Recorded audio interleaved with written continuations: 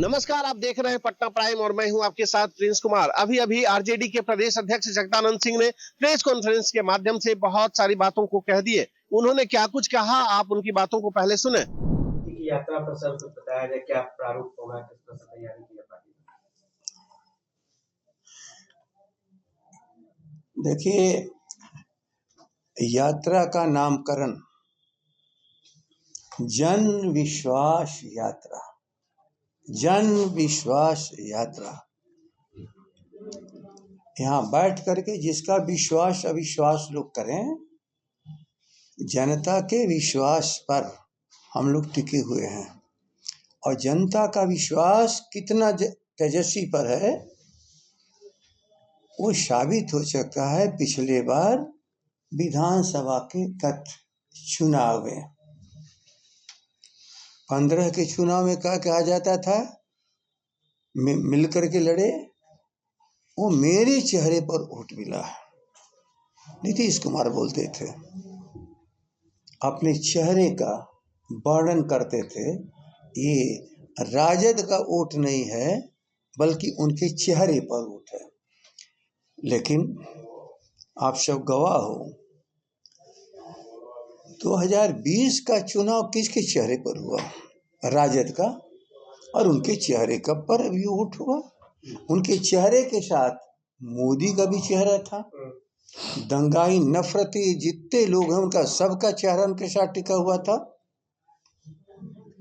और तेजस्वी तनहा एक नौजवान जिसके प्रमाण पत्र को लोग देखते थे, उसके क्वालिफिकेशंस को देखते थे, दुनिया भर की चर्चाएं होती थी उसके इंसान के व्यक्तित्व को और जनता पर कितना उसको विश्वास है और जनता कितनी उस बातों को उठाती है।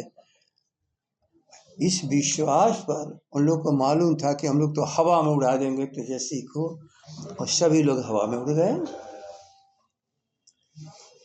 पहली बार देश में चुनाव हुआ था विपक्ष की आलोचना नहीं करके, जनता के सामने अपने नीतियों को रख करके। देश का एक अपने आप में मिसाल है बिहार का 2020 का चुनाव। बेरोजगारी है, खेतों को अच्छे ढंग से पानी मिले, अस्पतालों में दवाई आम आदमी को मिले, हर आदमी को शिक्षा सही ढंग से मिले और उनकी तकलीफों को सुना जाए और उस पर कार्रवाई की जाए। बोलिए, इसी बात पर वोट हुआ। लोग दुनिया भर की बात यहाँ से वहाँ ये हो करते रहे, लेकिन जनोन्मुखी आवाज उस नौजवान के मुख से जो निकला, उस पर विश्वास बहुमत में मिल चुका था जनता के द्वारा। दुनिया ने देखा, सारा देश माना कि तेजस्वी को जोर और जबरदस्ती से चुनाव हराया गया है, जोर और जबरदस्ती से चुनाव हराया गया है। तो चुनाव तो तेजस्वी जीते और हराने वाले के मुंह पे कालिक लग चुकी थी और उसी मुंह पर लगे कालिक को लेकर के यहाँ पर सरकार उन्होंने बनाया। जनता एक दिन के लिए उनको सरकार को नहीं मारी। और इसके बाद आ गए फिर शरण में लालू जी के। तो लालू जी ने हमेशा उदारता बनती है, राजनीति को कोई पेशा उन्होंने नहीं बनाया। समाजवादी थे और देखते हैं जहां समाजवादियों में कमजोरी आ रही है, वो शरण में आ रहे हैं तो उनको एक ताकत दे देते हैं। अब वो ताकत लेकर के वो जो भी नाजायज करना चाहे वो करता है। फिर भी समाजवाद उदारता ही है समाज का, और उसके प्रतीक हैं लालू प्रसाद।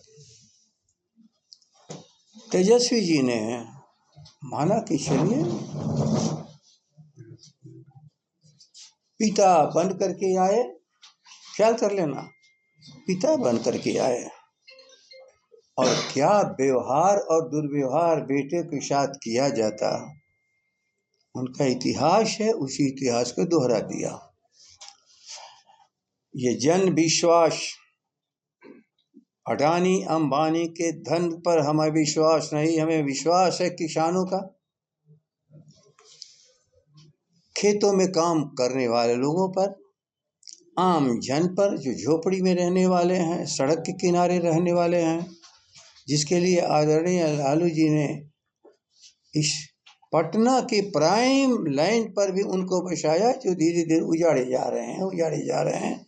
तो उजाड़ने वाला अपना काम करता है, और जिनके भीतर उदारता है वो अलग अपना कोई काम करते हैं। तो हम लोग का सवाल ये जो था, इस यात्रा का उद्देश्य क्या है? एक ही उद्देश्य, जनता जो विश्वास प्रकट किया था तेजस्वी जी पर, उस विश्वास को बनाए रखे। तेजस्वी में कोई परिवर्तन नहीं आया, भले परिवर्तन उन लोगों में आया है जो सत्ता के लालची हैं, और तेजस्वी सत्ता के लालची नहीं है। लेकिन मन में एक है कि यदि सत्ता मिली तो हम उन नीतियों को लागू करेंगे, समाजवादी नीतियों को लागू करेंगे।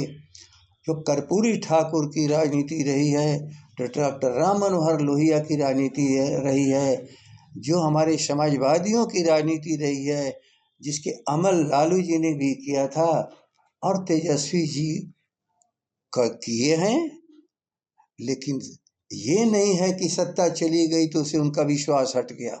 जनता पर उनका विश्वास बना है, और जनता के हर मोर्चे पर जहां उन्हें तकलीफें हैं, उसे दूर करने के लिए वो चाहते हैं कि देश में दंगाइयों से मुक्त हो ये देश। याद रखिए, आज सारा देश सराह रहा है, तेजस्वी जो तो नई पीढ़ी में देश के नेता बन गए। तिकड़म के नेता बनने वाले लोग, प्रधानमंत्री, दुनिया का नक्शा देखने वाले लोग, तेजस्वी जी ने तिकड़म की बदौलत नहीं, बल्कि अपनी योग्यता की बदौलत, उन्होंने नहीं कहा कि हमको देश माने, लेकिन उस दिन विश्वास मत पर जो बात उन्होंने कहा है विधानसभा में, चाहे देश के जितने बड़े बड़े पत्रकार, विद्वान, यहाँ तक कि भाजपाई और जदयू के लोग कह रहे हैं जहाँ हैं, लेकिन तेजस्वी जी ने तो एक चमत्कार करके दिखा दिया। अब चमत्कार कोई व्यक्ति की निजी संपत्ति नहीं है, वो जनता के विश्वास, उसी को फिर विश्वास को दिलाने के लिए उनकी यात्रा 20 से लेके 29 तक ये लगातार उनकी चलेगी। बिहार के हर जिले में जाएगी, हर संसदीय क्षेत्र में करीब करीब वो जा रहे हैं। फिर इसके बाद जब चुनाव का दौर शुरू होगा तो जो और भी इलाके हैं, ग्रामीण इलाके, वहाँ जाएंगे।